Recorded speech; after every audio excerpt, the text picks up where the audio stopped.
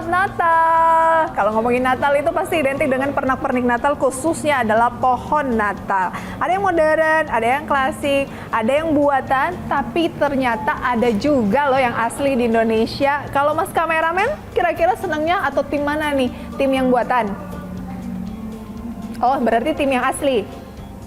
Nah, penasaran nggak di mana lokasinya? Ikutin kita terus hanya di Women's Talk IDX Channel.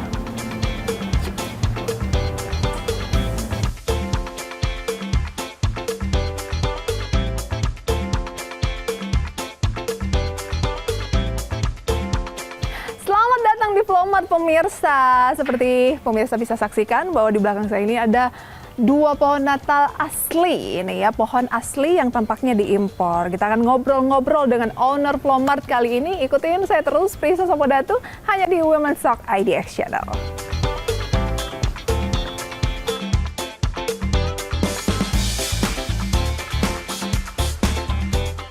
Hai Pris, Merry Christmas. Merry Christmas, kabar baik ya? Baik dong. Nah ini pemirsa kedua kalinya kita ngobrol-ngobrol dengan owner Flowmart. Ada Ibu Mary Anwar. Sehat? Sehat dong. Oke, kita mau ngobrol-ngobrol seputar tema Natal tentunya. Udah ready banget kita nih dengan tema Natal kali ini. Nah, sudah kelihatan pohon yang tadi saya bilang di awal pemirsa, pohon Natal asli. Tuh. Ini asli ya? Asli.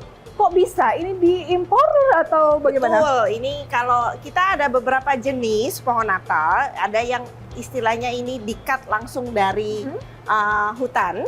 Tapi hutannya bukan yang hutan yang istilahnya dilindungi, tapi ini memang ditanam untuk komersial.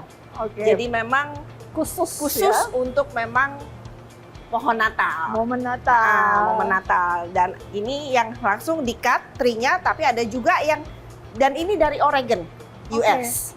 Kalau yang kecil-kecil ini dibuat oleh orang. Jadi biasanya branches-nya itu kita potong, terus nanti kita tempel-tempel. Jadi ini bukan pohon yang benar-benar tumbuhnya segini, tapi betul, ini dibuat ya. Dan ini dibuat di Poland. Kalau yang ini, ini dari di Poland, Eropa. Kalau ini dari Amerika. Dari Amerika. Betul. Memang nuansanya ketika kita masuk ke sini tuh aromanya beda kalau asli Beda, ya. ya, vibe-nya dan wanginya tuh beda. Ini termasuk cemara kan ya? Cemara. Oke, cemara jenisnya tadi Nobilis namanya. Betul. Wow. Kita sentuh boleh? Boleh. Oh, benar-benar mirip sama yang artifisial atau yang buatan yang sering kita jumpai di toko-toko. Oke. Berarti kemarin katanya lebih banyak lagi ya? Iya, kemarin full. Kita datang biasanya setiap minggu ketiga bulan November. Bulan November minggu ketiga. Betul. Kalau bulan November minggu ketiga itu kan ke Natal masih sebulanan lagi. Betul. Kemudian ini tahannya berapa lama? 2 bulan. 2 bulan, lumayan lama Ya, juga ya lama. ternyata. Karena dia cut trees, jadi batangnya itu di bawahnya tetap harus kita kasih air terus. Jadi dia tetap minum, tetap makan. Jadi dia tetap segar. Iya kelihatan sih sejauh ini masih segar, padahal kurang lebih sudah mau 1 bulan ya di sini ya. Betul. Nah, animo masyarakat untuk memilih pohon Natal asli itu, karena kan kita kan di Jakarta kan sebenarnya udah banyak juga artifisial atau yang buatan yang mungkin bisa dipakai lagi. Prinsip keekonomian kan biasanya gitu ya, simpan pakai lagi tahun depan. Nah, banyak juga ternyata yang mencari pohon Natal asli ya. Betul. Memang nggak mungkin tidak sebanyak yang artificial. Karena kalau yang asli itu kesannya tuh feel-nya, vibe-nya beda. Karena wanginya juga beda. Begitu kalau kita masuk ruangan itu biasanya semerbak. Kayak istilahnya fine smell gitu. Sama aja kayak misalnya beli bunga, pemirsa saya pasti pengennya tuh beda dong kalau artificial sama yang asli gitu ya. Ngomongin soal harga nih pemirsa, misalnya yang sekecil ini dulu, harganya tuh berapa? Itu ranges, ada yang 30 cm kita start dari 300.000 all the way sampai 80 cm sekitar 3 juta. Tapi kalau yang cut trees kita start dari 2 juta yang 1 meter all the way sampai 5 meter itu 80 juta. Oh, 80 juta. Wow, 5 meter tuh 80 juta. Tuh. Kalau yang di luar tadi kita lihat itu 4 meter. Itu 4 meter 50. 4 meter 50 Ya. itu harganya berapa? 60. Oke, kalau ini? Ini dia tingginya sekitar 1,80 m, harganya 3,5. 3,5, murah Ya. lah ya pemirsa, buat pemirsa Not bad ya. Nah, animo konsumen tahun ini untuk berbelanja pohon Natal di Flowmart seperti apa? Oke banget sih, Oke karena banget ya. kita memang udah punya marketnya tersendiri dan mereka memang mau merayakan dan memang seneng dengan freshness-nya, wanginya, dan memang bentuknya kan memang udah real dan beda ya. Dan sebetulnya kalau dengan real tree nggak terlalu banyak ornamen yang harus dipasang, dengan lampu aja Udah juga cantik. udah cantik gitu. Memang beda ya. Pemirsa kira-kira tahun depan tertarik nggak? Langsung aja ke Flowmart nih. Yes. Biasanya tuh mengiklankan atau memasarkannya itu seperti apa agar pemirsa Ideas Channel ataupun di mana berada bisa tahu nih kapan pohon biasanya tuh sudah mulai hadir di Flowmart. Kita pokoknya setiap tahun kalau pohon itu udah akan hadir di minggu ketiga bulan November. Dan kita khusus buat yang cut trees ini, saya udah mulai dari Juni udah mengiklankan via Instagram, via TikTok dan lain sebagainya dari sosmed untuk para pelanggan itu untuk memesan terlebih dahulu, terutama yang di atas 3 meter. Karena saya biasanya tidak akan stok yang tinggi-tinggi, karena tinggi-tinggi itu kan mahal ya. Iya, dan naruhnya juga bingung ya. Betul, dan itu tiap 30 cm itu pertumbuhan itu 1 tahun. Jadi kebayangkan kalau 4,5 meter sama 5 meter itu butuh berapa tahun untuk Harus diorder dulu ya. Betul. Oke, terus ada nggak tantangan untuk mengimpor pohon-pohon cantik ini? sudah pasti, terutama logistik. Logistik. Karena mereka harus menebang pohon ini 1,5 bulan sebelum dia sampai di Indonesia. Indonesia. Karena harus dari sana lewat sea freight. Karena kalau pakai pesawat udah nggak mungkin karena besar-besar ya. Nah, jadi harus melalui sea freight. Jadi lewat kontainer yang memang ada chillernya. Nah, itu sangat-sangat challenging. Sangat challenging. Biasanya yang terjadi resiko tuh apa? Kerusakan atau? Udah pasti itu takutnya di dalam perjalanan dia dry, kering, dan nggak sampai sini ada yang rontok. Itu tuh ada aja. Okay. Cuman so far kita sudah ini tahun kedua mendatangkan pohon seperti ini. So far so good. So far so good. Nah, kira-kira apa sih tips untuk menjaga pohon-pohon Natal cantik yang asli ini agar bisa bertahan selama 2 bulan atau lebih? Nanti kita bahas di segmen berikutnya ya. Kita Baiklah. akan geser ke lokasi lain. Pemirsa tetap bersama kami tentunya hanya di Women's Talk edisi Natal.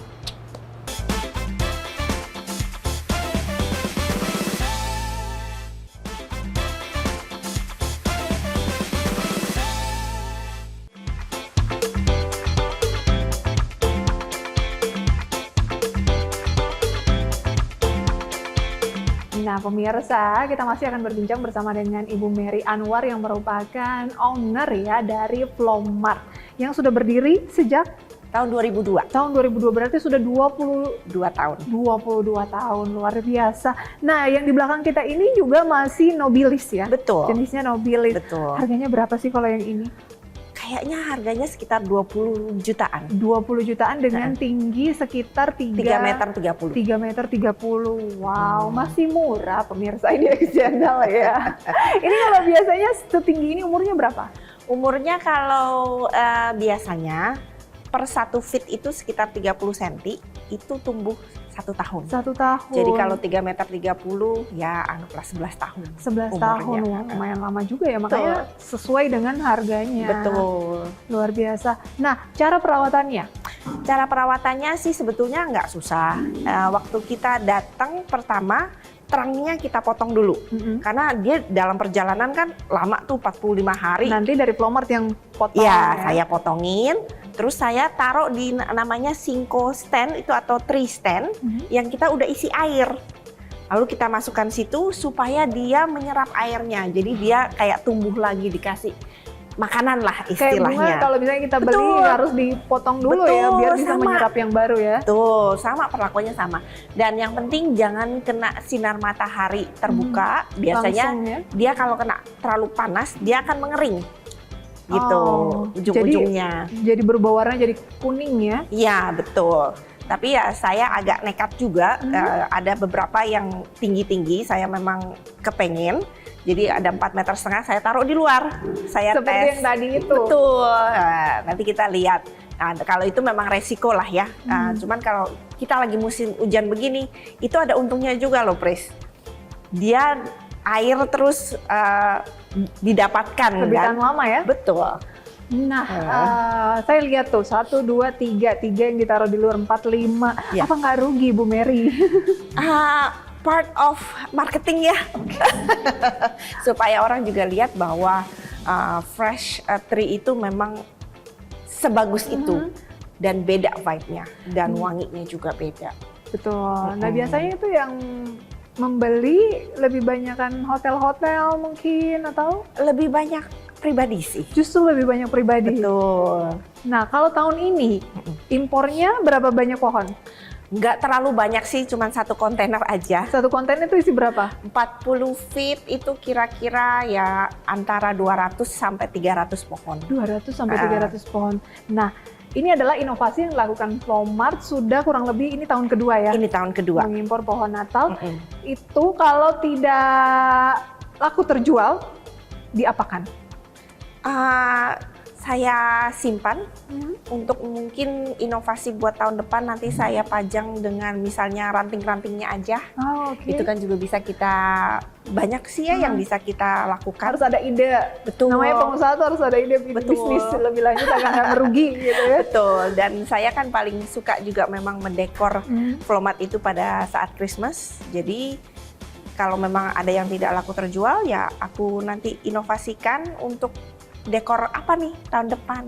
Gitu. Awalnya kan seperti yang kita sudah pernah di episode sebelumnya dengan Flowmart juga itu kan lebih banyak memang bunga segar yang juga impor begitu. Kenapa memutuskan di 2023 dan 2024 ini ya udah kita coba untuk impor pohon Natal juga? Sebetulnya di tahun-tahun 2000-an awal udah ada, cuman juga saya nggak tahu kendalanya apa, pernah stop. Terus saya lihat lagi ke Singapura, ke Jepang, ke Hong Kong, ke Malaysia. Mereka tuh ada terus tiap tahun. Terus aku lagi mikir, dan waktu itu kan selesai COVID ya, bilang coba pengen tahu apakah marketnya ada di Indonesia. Makanya udah aku coba aja. Ternyata setelah 2 tahun marketnya lumayan. Kira-kira ini masih mau dilanjut nggak tahun depan? Lanjut dong. Lanjut dong. Lanjut dong. Ya kalau berbicara mengenai bisnis florist ya, itu banyak risiko sebenarnya ya. Pasti banyak. Karena kan ini adalah sesuatu yang asli, bunga-bunga yang dibawa itu kan juga asli, pasti ada masanya, ada layu. Nah, apa yang membuat Ibu Mary bertahan 22 tahun? Karena saya berpikir walaupun banyak resiko, tapi tetap ada marketnya. Dan mungkin karena saya lihat yang memang mendatangkan bunga-bunga segar atau pohon-pohon, mungkin tidak sebanyak kalau istilahnya yang datangin daging atau buah dan lain sebagainya. Itu kan kebutuhan pokok ya? Betul. Dan karena mungkin saya lihat juga Indonesia kan makin lama makin berkembang. Kita kan istilahnya tidak hanya jadi negara yang terbelakang terus ya. Dan kebutuhan untuk mental kita segala macam, bunga sama pohon itu penting loh. Gitu. Tetap ada marketnya, tetap ada yang maunya bunga asli, kualitasnya bagus. Baik, bukan karena hobi semata ya? Enggak. Walaupun memang saya suka, tapi ya enggak lah. Kalau misalnya saya usaha nggak ada hasilnya juga, untuk apa? Baik. Betul kan? Ibu Mary sendiri seberapa fokus sih sama Flowmart sampai masih bisa bertahan sampai saat ini, dan termasuk saya nih yang favorit sekali dengan bunga-bunga di Flowmart karena pilihannya lengkap gitu ya, dan kita bisa berkreasi sendiri karena benar-benar masih fresh begitu ya. Kalau kita mau rangkai sendiri juga bisa. Dengan banyak sekali pilihannya. Dan saya percaya nih kalau toko-toko bunga yang lain juga ngambil stoknya, kalau yang bagus-bagus itu pasti di sini ya. begitulah. Jadi sebenarnya bisa dibilang marketnya itu adalah B2B. Betul, memang fokus saya lebih B2B. Karena memang saya melayani para dekorator, para florist, dan memang ada yang memang langsung datang, misalnya ada yang untuk kebutuhan rumah aja pribadi, tidak perlu dirangkai, tapi dia mau merangkai sendiri di rumah bisa, seperti itu. Tapi memang kita tetap ada minimum, jadi nggak bisa kita eceran misalnya beli 1 tangkai atau beli 2 tangkai, itu nggak bisa. Memang kita ada minimumnya kayak per ikat, dan itu harus 1 jenis 1 ikat gitu. 1 jenis 1 ikat. Jadi range-nya tuh saya lihat tadi tuh 200.000, ada juga ya 1 ikat 200, tergantung dari jenisnya. Bunga itu sendiri. Betul. Nah, di musim-musim hujan seperti ini ada tantangan tersendiri nggak sih sebagai importir bunga dan juga pohon? Kalau musim hujan udah pasti, biasanya terutama kalau local production itu mereka mengalami panen yang agak sulit karena hujan dan segala macam, mereka tidak tumbuh dengan baik dan belum bisa mekar dan lain sebagainya. Itu pengaruh sekali. Cuaca itu sangat berpengaruh banget sama kualitas bunga, kualitas pohon. Kayak misal contohnya aja kayak nobilis ini. Nobilis ini itu perlu cuaca yang amat dingin untuk ditebang. Jadi tahun ini agak memang terlambat karena memang cuaca di luar negeri itu juga panas ya. Panasnya berkepanjangan. Jadi memang agak terlambat datang ke sini. Biasanya saya November pertengahan juga udah datang. Nah, ini gitu. November minggu ketiga ya. Betul. Kalau soal logistik biasanya ada hambatan juga, dan gimana mengantisipasi hal-hal seperti itu untuk bisnis yang memang core-nya itu atau mengandalkan pengiriman dari luar? Biasanya itu saya udah cadangkan misalnya 1 minggu sebelumnya untuk dikirim, dan tapi segala sesuatunya kan juga tergantung cuaca. Misalnya kadang-kadang pas waktu kapan itu ada typhoon atau apa, jadi si kapal lautnya harus berhenti dulu dan segala macam. Tapi itu ya resiko bisnis ya. Jadi kadang-kadang ya kalau misalnya udah terlambat seperti itu, wah udah kita harus buru-buru tuh. Kalau begitu datang udah harus lebih cekatan lagi. Dan nggak cuman itu ya, sampai di Indonesia juga kan kita harus melalui proses keluar bea cukai, periksa karantina dan segala macam. Itu juga sesuatu yang cukup challenging dan juga istilahnya takes time. Belum lagi peraturan yang kadang-kadang suka berubah ya. Iya betul. Begitu. Terkait dengan adanya PPN 12% ngaruh juga nggak sih ke bisnis florist? Semua pasti berpengaruh. Intinya sesuatu yang namanya harga naik, PPN juga naik ya, pasti naik juga. Tapi kita berusaha untuk optimis untuk semoga tidak naik, karena kan aku dengar PPN hanya tertentu saja kan? Ya, untuk bahan pokok katanya enggak. Tapi nggak tahu ya kalau misalnya ada kaitannya yang membuat orang daya belinya menurun. Nah, itu biasanya multiplier effect-nya. Betul. Ada yang diutamakan sehingga yang lain dikesampingkan dulu. Betul. Nah, ada kekhawatiran seperti itu juga nggak sih? Dan trennya dari tahun ke tahun tuh untuk minat orang untuk berbelanja bunga itu seperti apa? Trennya sih kalau aku bilang agak meningkat. Agak meningkat justru ya? Jadi ya karena itulah kadang-kadang buat mereka juga bunga itu sesuatu yang untuk apa ya namanya, buat seneng ya? Seneng, buat mental happy, ya? kita buat lebih happy. Dan mungkin kalau yang lagi kesel atau apa ngelihat bunga jadi lebih tenang. Bener banget, ya kan? Kadang kan kalau orang bilang ngapain sih, nanti juga 3 hari lah, yuk vibes-nya beda ya. Buat yang memang hobi dan cinta gitu. Oke. Lantas kalau berbicara mengenai bisnis ini begitu Ibu, untuk yang tertarik misalnya, sebenarnya apa sih yang paling diperlukan? Masih ingat nggak 22 tahun lalu tuh ya mungkin udah agak berbeda dengan kondisi sekarang begitu ya, tapi saya yakin banyak juga tuh yang tertarik ekspor impor tanaman hidup seperti itu, gimana? Kalau kita ngomong ekspor, aku sih kepengen banget ekspor sebetulnya. Oh, justru ada keinginan juga bukan cuma Iya. impor tapi ekspor Iya, juga. justru aku pengen ekspor karena aku yakin pertanian di Indonesia atau perkebunan di Indonesia juga bisa untuk ekspor. Nggak mungkin nggak, cuman ya itulah investornya mau atau tidak untuk benar-benar menanamkan modal dan bisa supaya Indonesia juga jadi salah satu pengekspor bunga. Jadi Ibu Mary ada rencana nih melakukan ekspor. Kira-kira apa sih yang mau diekspor? Bunga-bunga tropis kita Bunga-bunga loh. tropis kita. Nah, saya tuh suka penasaran. Apakah bunga-bunga tropis kita juga kemungkinan akan ada marketnya di luar? Sebetulnya ada. Karena saya lihat misalnya dari Malaysia, dari itu kan juga tropis kan, mereka menanam heliconia, ginger flower ya, dan banyak banget kayak bird of paradise. Itu mereka tuh ekspor ke luar negeri dan dijual di luar negeri tuh mahal sekali loh. Bunga-bunga eksotis yang mungkin Iya. di luar tidak gampang Betul. ditemukan ya. Betul. Nanti kita lanjutkan ya di satu segmen terakhir, pemirsa masih ngobrol-ngobrol bersama dengan Ibu Mary dari Flowmart. Usai jeda tetaplah di Women's Talk.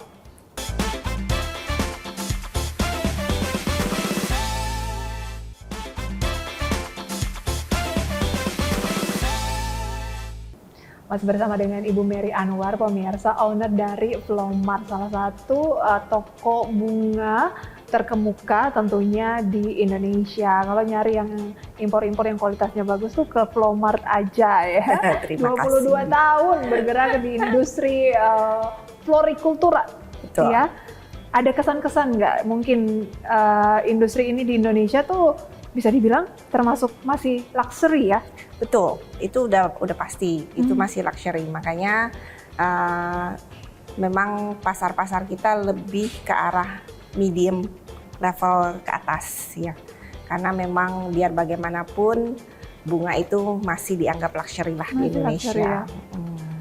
Apa sih Ibu, menurut Ibu yang kok kayaknya slow, sementara harusnya kan ini sebuah komoditas yang disamain aja kayak kopi, teh, dan komoditas-komoditas lainnya.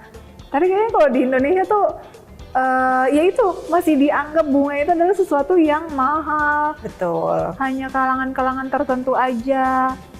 Karena mungkin di Indonesia belum bisa istilahnya menganggap bunga itu sesuatu yang utama, seperti kayak makanan-makanan dan yang lain sebagainya. Tapi bisa menurut Ibu, misalnya kalau ngomongin tulip, itu kan udah komoditas besar dari Belanda dan negara lain misalnya. Betul, sebetulnya ya memang industri florikultura ini kalau di luar negeri sih kayak di Belanda dan segala macam itu bisa dibilang multi-billion dollar industry iya, ya. Mawar Ekuador kalau nggak salah. Betul, ya cuma ya memang pertanyaannya di Indonesia mau tidak untuk mengembangkan dan menganggap bahwa bisnis florikultura ini sesuatu yang sebetulnya besar dan berpotensial. Tapi kita berpotensi. Potensi, terutama kalau kita bilang kita punya kok bunga-bunga kayak yang tropikal, kayak misalnya heliconia, ginger, even kayak foliages kayak daun-daun kita punya tuh bagus-bagus. Trennya kan lagi yang daun-daun. Betul. Bener-bener. Ya. Cuman ya istilahnya adakah investor yang memang benar-benar mau menekuni, menjalani dan udah gitu mau mengekspor itu. Kayak di Indonesia tuh cuma ada momen-momen kayak dulu itu ada bunga apa sih Bu yang daun yang besar itu janda Janda bolong. janda bolong. Terus tapi itu kayak ada momennya lagi trennya Betul. trennya apa. Iya. Habis itu kok Menghilang ya. Ya itu memang ya sejenak saja dan kayak terutama waktu pas masa Covid ya. Itu kan tanaman sangat digemari sekali dan harganya sampai menjulang tinggi yang sebetulnya bisa dibilang nggak masuk akal. Apa yang paling kita butuhkan sebenarnya agar industri florikultura kita juga bisa maju kayak negara-negara lainnya, minimal mendekati lah. Ya, sebetulnya yang kita butuhkan investor yang bisa berpikir bahwa industri florikultura itu juga memang sesuatu yang besar dan Butuh bisa investor ya. betul. Berarti belum diseriusin sejauh ini Anda melihatnya. Betul. Kalau menurut saya sejauh ini kalau secara lokal produksi memang belum ditekuni sampai gimana, kebanyakan petani-petani biasa aja. Oke, jadi ada tanggung jawab juga nih tampaknya dari pemerintah ya. Betul. Untuk melihat ke arah sana. Betul. Kalau target swasembada ini sudah bisa tercapai, mudah-mudahan industri polikultura juga kedepannya dilirik. Wah, ya. dengan senang hati Dan saya bukan itu cuma dengar. impor jadi pasar, Betul. next time kita juga mengekspor dengan Betul. bunga-bunga, tanaman-tanaman kita yang eksotis ya. Betul. Terima kasih Ibu Mary, tapi sebelum kita akhiri, aku mau lihat dong ada vibes-vibes Iya. luar negeri nih, pemirsa di balkonnya. Yuk ikutin Yuk, kita mari. sambil minum kali ya.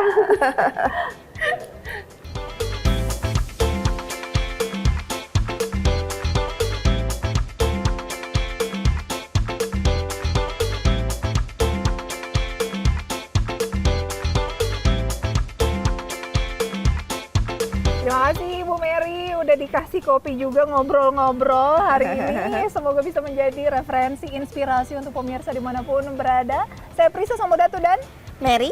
pamit undur diri. Terima kasih pemirsa. Bye-bye.